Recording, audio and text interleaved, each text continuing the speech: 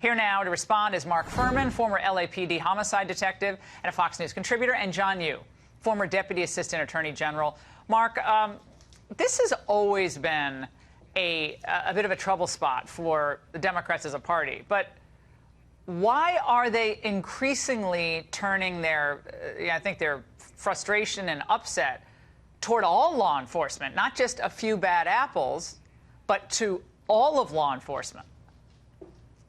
Well, Laura, when you look at it, they're trying to attract that base, that 18 to 25-year-old base that is involved in all these movements, these anti-government, anti-establishment, anti-Republican, anti-Trump. They're trying to attract that group of people. And the police, it's very easy to attack them because they don't respond to a call or any crime of violence and wonder if somebody is a liberal or a conservative, a Democrat or a Republican. They just respond and they do what's appropriate at that time for whoever. So they can do anything they want, and they know the police are going to still do their jobs. And the problem is when you pick out cases that they know that the police actually did nothing wrong and that the person that actually died or was injured actually contributed to his own situation, they never call that person on his responsibility to conduct himself a certain way. So they win all the way around. Yeah, and John, it's very fashionable to push for the release of criminals. It's the fashionable thing to do. And there's a merciful, I think, aspect to all of this.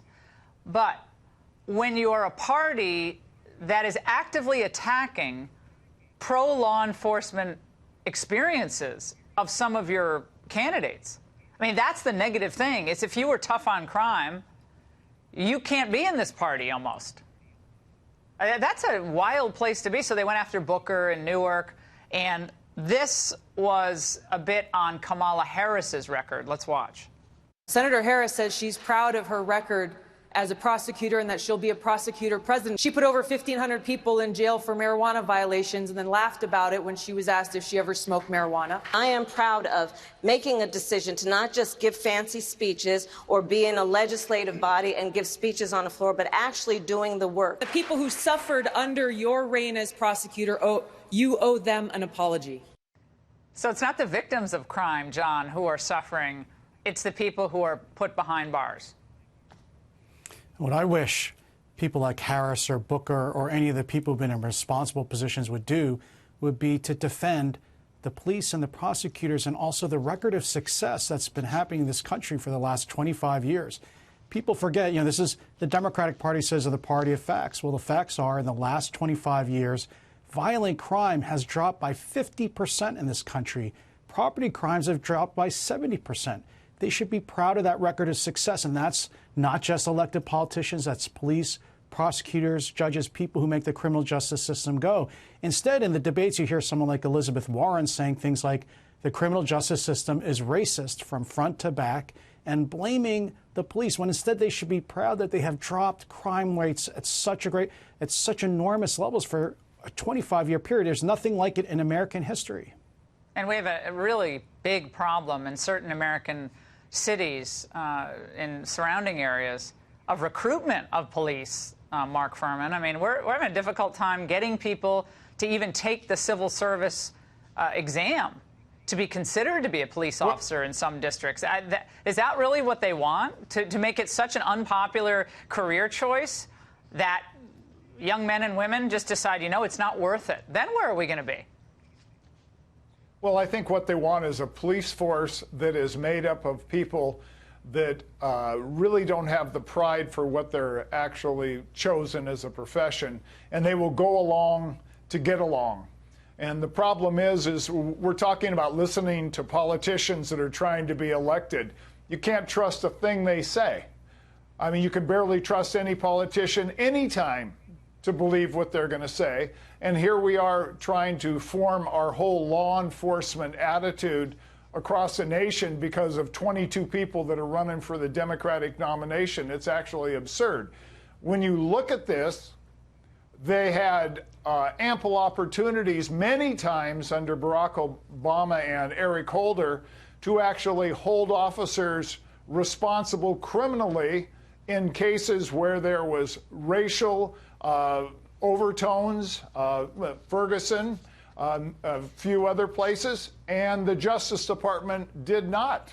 They found that there was no violation. We had grand juries that found that there was no violation.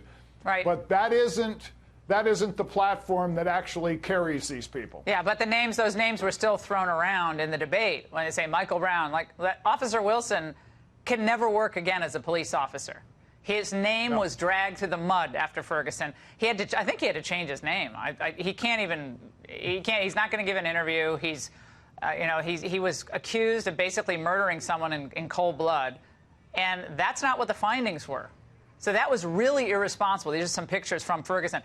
John, I want to ask you about what Senator Harris said about, I think it was Castro, actually. It was Castro said at the debate about a national use of force standard. So federalizing the police use of force issue. Watch. Whether it's the case of someone like Tamir Rice or Michael Brown or Eric Garner, where the Trump Justice Department just decided not to pursue charges, we need to ensure we have a national use of force standard and that we end qualified immunity for police officers so that we can hold them accountable for using excessive force. Thank you, Secretary. John, quickly on this, federalizing use of force standards. Laura, I'm glad you played that clip because that's unconstitutional. It's not the federal executive branch's job to go around examining the use of force in every state and city. This is an area where the Constitution itself places limits, the reasonableness test on police at every level of jurisdiction, city, state, local. It's not the job of the federal government. Congressman or Secretary Castro's proposal is unconstitutional. Second, it's a soundbite looking for a problem because if you look at the statistics out in the most recent studies, there is no actual racial difference in the use of force in police shootings in the country. Yeah, no one believes it. Even if you say that and factually based, the left will not believe it and they'll keep spreading lies. All right, Mark, I want to get to this controversial decision tonight in New York where NYPD has suspended the police officer involved in that chokehold death of Eric Garner back in July 2014. The video looked horrific. He said he couldn't breathe. Today, a judge recommended that Officer Daniel Pantaleo be fired from the department. Mayor Bill de Blasio supports it. Until today, the Garner family has been failed by this entire process. And as all this stretched on, it reinforced the suspicion, as one felt by millions, that justice doesn't exist for people who look like Eric Garner. Wow, the New York City Police Union President Pat Lynch fired back. I stand here today to tell every New York City police officer, and they're on patrol right now, when someone calls 911 and dispatchers call you, and there's a circumstance where you have to put your hands on someone, call your sergeant first, call emergency service second, because you will not have the backing of the city. Mark, pretty strong words. Your thoughts?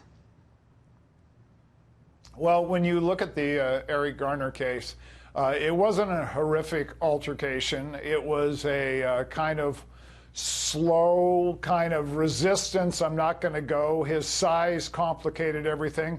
He did not apply a chokehold. He had a takedown hold that he immediately removed his arm. His physical condition and the situation might have caused his death. We don't know, and I don't think there was anything conclusive. So you have the federal government, the Department of Justice under President Obama and Eric Holder that has this case for 2 years, and they can't seem to make a movement on it. You have a grand jury that clears the officer. Now you have the Justice Department under Attorney General Barr that says there's not enough evidence for any kind of civil rights violation, a violation that takes intent, not just the conduct of somebody that happens to create his own altercation and now he renders himself dead.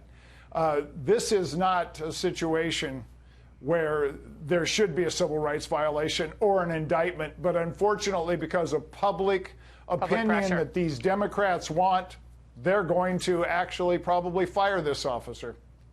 Well, I don't know what that's going to do to the morale. That's already, I think, fairly low throughout the boroughs of New York City. Mark and John, thank you so much for this discussion tonight.